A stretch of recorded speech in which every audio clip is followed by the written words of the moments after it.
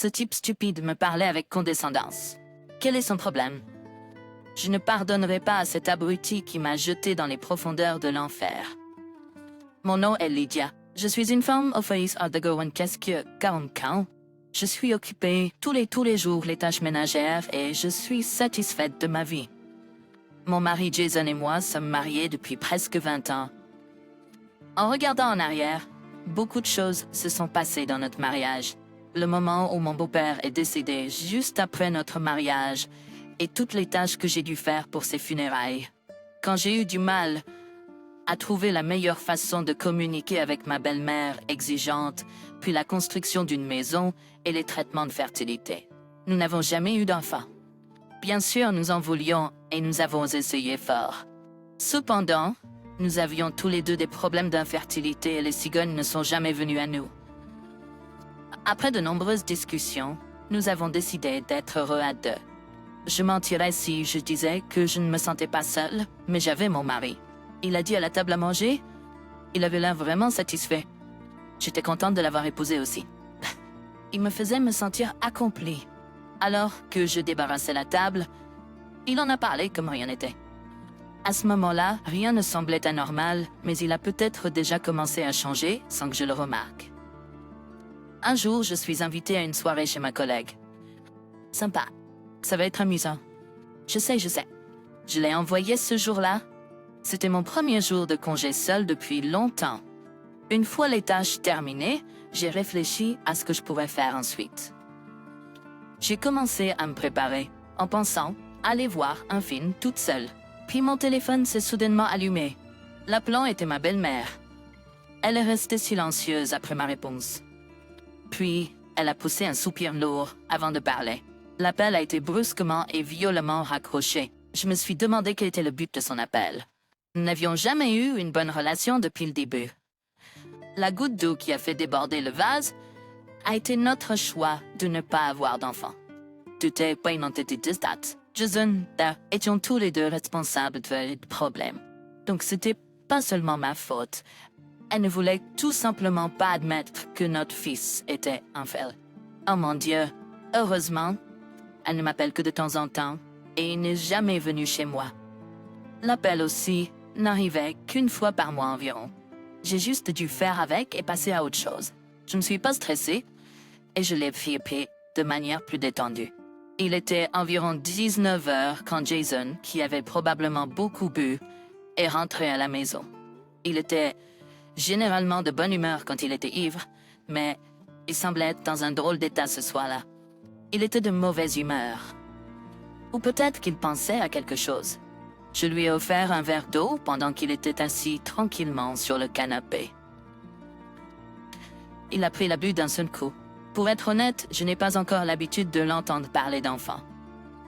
Nous en voulions un, mais nous n'avons pas pu en avoir. À chaque fois que je faisais face à la réalité, je ressentais une douleur aiguë de l'épine qui était encore plantée dans ma poitrine. Que veux-tu dire? Au moment où j'ai réussi à articuler quelques mots, il était déjà endormi sur le canapé. Je me demandais ce qu'il voulait dire. Peut-être qu'il voulait avoir un enfant. Toutes sortes de pensées me traversaient l'esprit. Ça devait être juste une pensée temporaire en voyant le bébé de près. Je m'étais appris à ne pas prendre au sérieux les bêtises d'un ivrogne. Mais au contraire, Jason a commencé à changer Hotelo. Habituellement, il serait ravi, mais il était indifférent. Je pensais qu'il était fatigué du travail. Dans ces moments-là, il valait mieux lui donner une pause. Dans ces moments-là, il valait mieux lui donner de l'espace. Je suis resté silencieux et j'ai observé. Après un moment, il ne m'avait jamais parlé comme ça auparavant. J'étais déconcertée par ce changement radical. Il était devenu quelqu'un qui parlait comme ça. Je me suis inquiétée qu'il souffre d'une digestion. Une tumeur au cerveau aurait pu causer un changement de personnalité. J'ai envisagé de l'emmener à l'hôpital, mais à ce moment-là, il m'a lâché une bombe. Il a ensuite fait signe à Beth, qu'il avait appelé à l'avance, de s'asseoir à côté de lui. Elle a un accord avec. J'étais infertile, donc il ne me voulait plus. Il me jetait. Quand j'ai compris ça, j'ai eu l'impression d'être tombée dans l'abîme. Je suis restée silencieuse, incapable de dire quoi que ce soit, incapable d'essuyer les larmes qui coulaient. Beth avait un air de triomphe sur le visage. Elle ne voulait probablement pas d'une belle fille qui ne pouvait pas avoir d'enfant dès le début. Je vais lui trouver une jeune et belle épouse. Ça aurait été mieux s'il avait souligné mes lacunes. J'aurais alors eu de la place pour m'améliorer. Il n'y avait absolument rien que je ne pouvais pas faire pour l'enfance. Je n'avais pas d'autre choix que d'accepter le divorce. Je ne pouvais pas comprendre. Croyez que nous étions un couple heureux? J'avais décidé de soutenir et d'aimer Jason pour le reste de ma vie. Ce n'était que mon propre égoïsme. Je me sentais vide et dévastée, et je ne pouvais que verser des larmes incontrôlables. Gentillesse? Sûrement s'il voulait des enfants, ça aurait été plus gentil. Sûrement s'il voulait des enfants, ça aurait été gentil de le laisser. Psst. J'ai finalement accepté le divorce à contre-cœur. Le regard de satisfaction sur le visage de Beth m'a donné l'impression que mon cœur avait été encore plus arraché. Et puis, Jason m'a impitoyablement mise à la porte. Après 20 ans de mariage, c'était un traitement si cruel. Mes parents étaient terriblement inquiets pour moi quand je suis devenue un zombie après la séparation. Le sentiment d'avoir été trahi et abandonné par quelqu'un que j'aimais ne disparaissait pas. Je pleurais jour après jour. Peut-être que je retournais à ma vie d'avant le lendemain.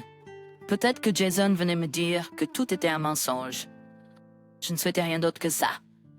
Elle était l'une des rares amies avec qui je suis restée en contact après mon mariage. C'était une femme forte et gentille qui m'a toujours complimentée et encouragée. Elle savait comment me remonter le moral. Elle m'a aidé à retrouver un peu ma force. Avant de me marier, je travaillais en tant que comptable.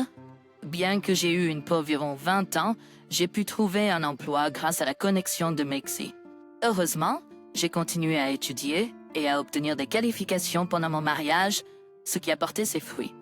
Travailler et parler à quelqu'un m'a distraite. J'ai commencé à profiter de chaque jour de ma vie. Tac. Tu es homme ici? Mes parents étaient soulagés de me voir remise sur pied. Cela faisait 5 ans depuis lors. En rentrant du travail, j'ai croisé quelqu'un de mon passé. Je me demandais ce qu'il me voulait après toutes ces années. Il avait même sa mère à côté de lui. C'était vraiment effrayant. Le sourire de mon ex-belle-mère me mettait également mal à l'aise. J'ai vérifié l'heure sur ma montre. J'ai été d'une certaine manière forcée de l'essuyer. Jason a soudainement lâché quelque chose d'inexplicable. Beth était tout sourire à côté de lui. J'étais confuse en essayant de comprendre quel genre de blague il faisait. J'ai failli éclater de rire en entendant son commentaire. J'ai réussi à le cacher en baissant la tête.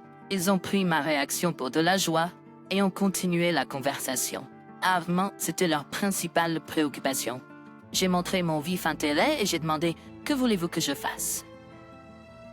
J'étais à bout et j'ai éclaté de rire. Ils m'ont regardé avec des yeux grands ouverts. Je les ai regardés froidement. J'ai posé de l'eau sur la table et je me suis tournée pour quitter le café. Puis une fille est entrée. La fille a sauté dans ma poitrine. La petite fille s'est sautée partout. Je n'ai jamais pris la peine de les informer. J'ai demandé à mes amis et ma famille de ne rien dire à mon sujet, donc ils n'ont probablement pas eu l'information. Jason a couvert sa tête de ses mains et a continué à marmonner. Non, non, non. J'ai demandé à Amy d'attendre à la caisse et je me suis approchée de Jason. Je lui ai dit avec un grand sourire. Son visage à ce moment-là était si pâle et c'était comique de voir sa bouche bouger comme un poisson hors de l'eau. En voyant ça, j'ai senti que mes 5 ans de ressentiment s'étaient envolés en un instant. Peu de temps après notre divorce, Beth avait couru pour se remarier avec Jason, mais elle n'a pas pu trouver une jeune fille qui voulait épouser un homme de plus de 40 ans avec un ventre à bière.